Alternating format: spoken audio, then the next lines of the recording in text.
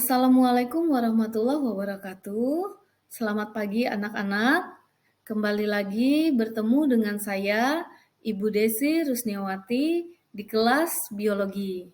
Semoga kita selalu semangat dalam usaha untuk memperluas wawasan kita. Kompetensi dasar pada video pembelajaran kali ini adalah kompetensi dasar 3.9. Kompetensi 3.9 tersebut yaitu menganalisis hubungan antara struktur jaringan penyusun organ pada sistem ekskresi dalam kaitannya dengan bioproses dan gangguan fungsi yang dapat terjadi pada sistem ekskresi manusia. Untuk indikator KD 3.9 pada video kali ini itu ada dua, yaitu untuk indikator KD 3.9 pada video kali ini itu 1. Menjelaskan struktur dan fungsi organ pada sistem ekskresi manusia. Dan yang kedua, menjelaskan bagaimana proses ekskresi yang terjadi pada manusia. Berdasarkan kompetensi dasar 3.9 dan 2 indikator yang telah saya sampaikan, artinya video kali ini akan membahas tentang sistem ekskresi pada manusia.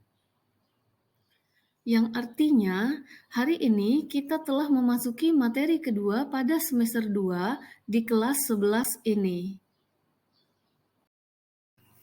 Jadi, ekskresi itu adalah proses pengeluaran zat sisa metabolisme yang sudah tidak dibutuhkan lagi oleh tubuh, tidak digunakan lagi oleh tubuh.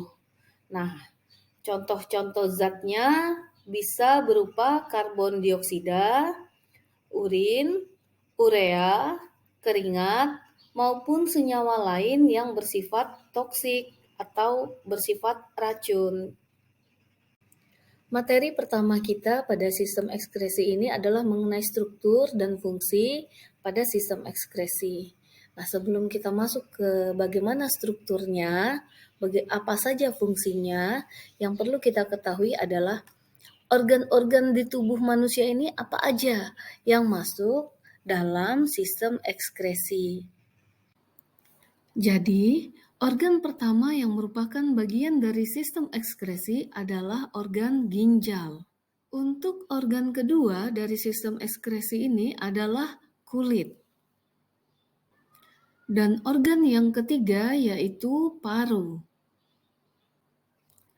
Dan untuk organ keempat dalam sistem ekskresi pada manusia ini adalah hati. Kita masuk dalam materi struktur dan fungsi ginjal. Nah, ginjal kita ini berwarna merah gelap dan bentuknya seperti kacang merah. Itu panjangnya kurang lebih 13 cm dan lebarnya kurang lebih 7,5 cm. Manusia umumnya memiliki 2 ginjal. Letaknya di kiri dan kanan di dalam rongga perut. Untuk letak ginjal bagian kiri biasanya lebih tinggi daripada ginjal bagian kanan. Hal ini karena di atas ginjal kanan terdapat hati yang menempati sebagian besar rongga di dalam perut. Kemudian ginjal ini tersusun atas 3 bagian, yaitu korteks, medula, dan pelvis. Fungsi pertama ginjal adalah membuang sisa metabolisme. Nah, produk limbah tubuh seperti urea, asam urat, bilirubin, dan kreatinin ini merupakan limbah-limbah dari metabolisme protein, asam nukleat, hemoglobin, dan kreatin otot. Sebagian besar dari limbah-limbah tersebut itu beracun bagi otak dan organ tubuh lainnya. Fungsi ginjal selanjutnya adalah membuang zat asing, yaitu mengeluarkan beberapa senyawa asing dari luar yang berpotensi bahaya, termasuk di dalamnya obat-obatan, atau bisa jadi juga pestisida, kemudian zat aditif makanan, dan zat non-nutrisi lainnya. Fungsi ginjal selanjutnya adalah menjaga keseimbangan cairan pada tubuh. Ini bisa dibuktikan dengan melihat pengaruh dari jumlah air yang diminum terhadap frekuensi buang air kecil. Nah, ketika seseorang minum terlalu banyak, maka ia menjadi sering buang air kecil.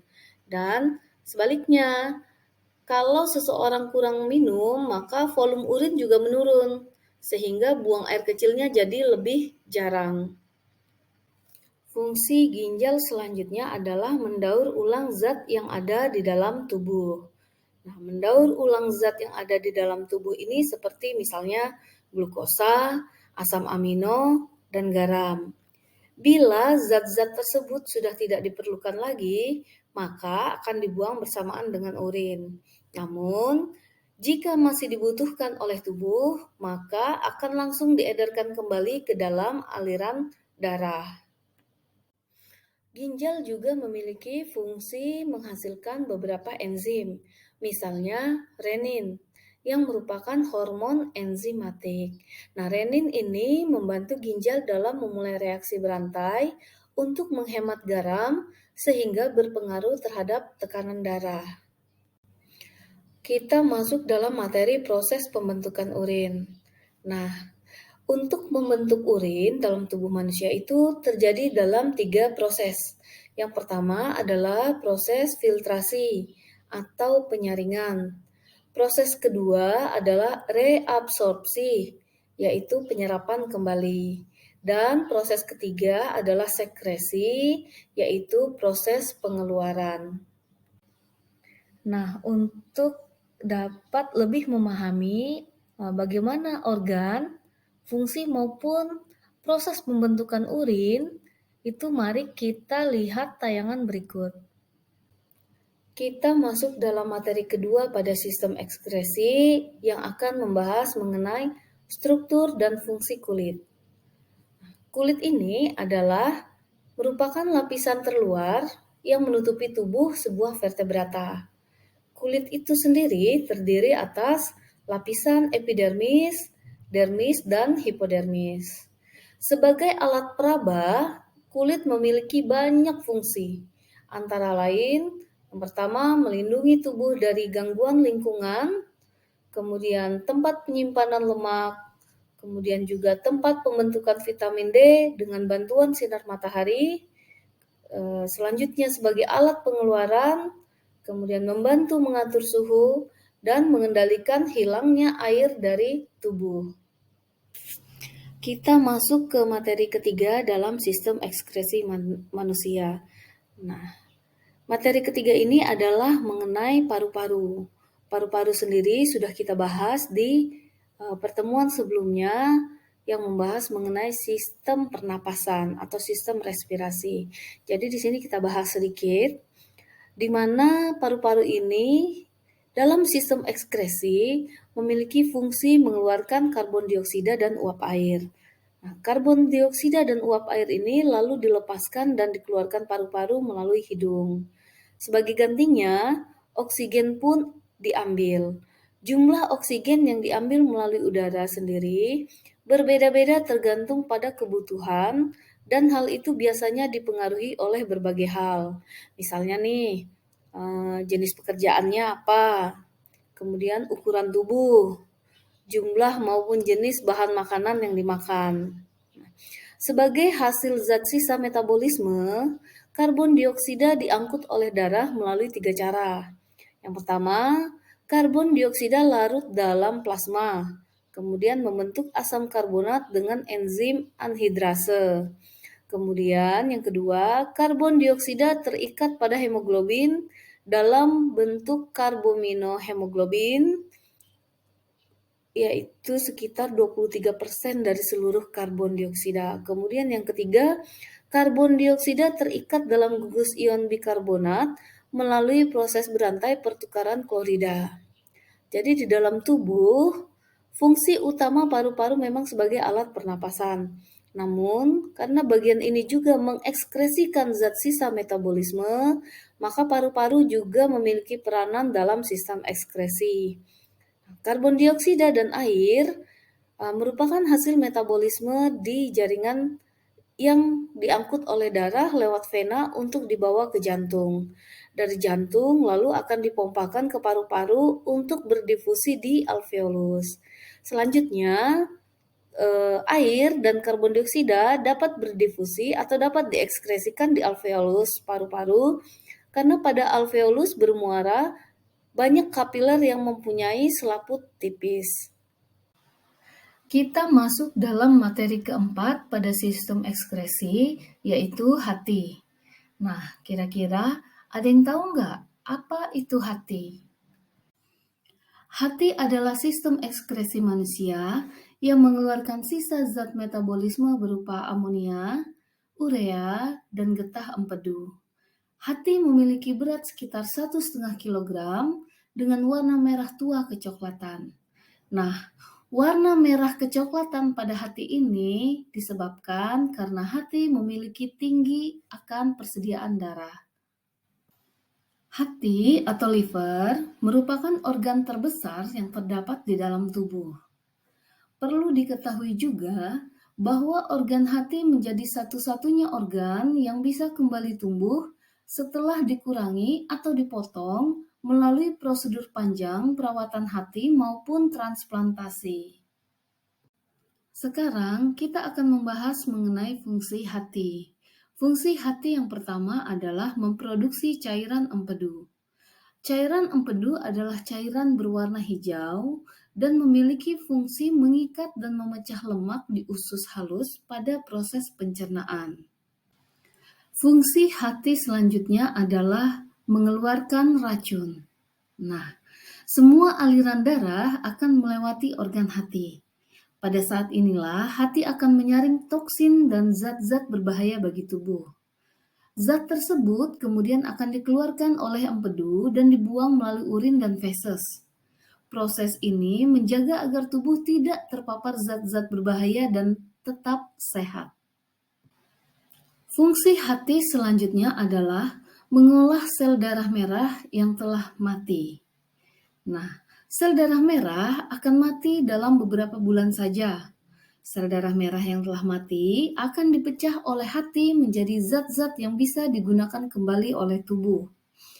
Sel darah merah akan dipecah menjadi globin, zat besi, dan senyawa hemin. Globin akan digunakan untuk membentuk sel darah baru. Zat besi akan disimpan di dalam hati. Sedangkan senyawa hemin akan digunakan oleh empedu untuk memproduksi bilirubin. Fungsi hati selanjutnya adalah mengurai gas amonia. Proses metabolisme protein akan menghasilkan amonia sebagai produk sisa. Amonia adalah zat yang berbahaya bagi tubuh. Oleh karena itu, amonia ini akan disaring oleh hati dan diubah ke dalam bentuk urea. Urea ini adalah bentuk yang tidak lagi berbahaya bagi manusia. Kemudian, urea akan dibuang melalui urin. Fungsi hati selanjutnya adalah mencegah infeksi hati. Hati merupakan salah satu pendukung sistem imun. Hati akan menyaring bakteri yang berada di dalam aliran darah untuk mencegah infeksi. Untuk lebih memahami mengenai bagaimana struktur serta fungsi dari organ ekskresi, silahkan kalian melihat terlebih dahulu tayangan berikut ini. Berikut daftar link YouTube yang saya gunakan dalam video pembelajaran kali ini. Nanti link ini juga akan saya sematkan pada kolom deskripsi. Jangan lupa, selain menggunakan video ini, gunakan juga berbagai sumber lainnya untuk memperluas wawasan kita mengenai berbagai hal di dunia ini. Sekian video pembelajaran kita kali ini. Semoga video ini dapat bermanfaat untuk menambah wawasan.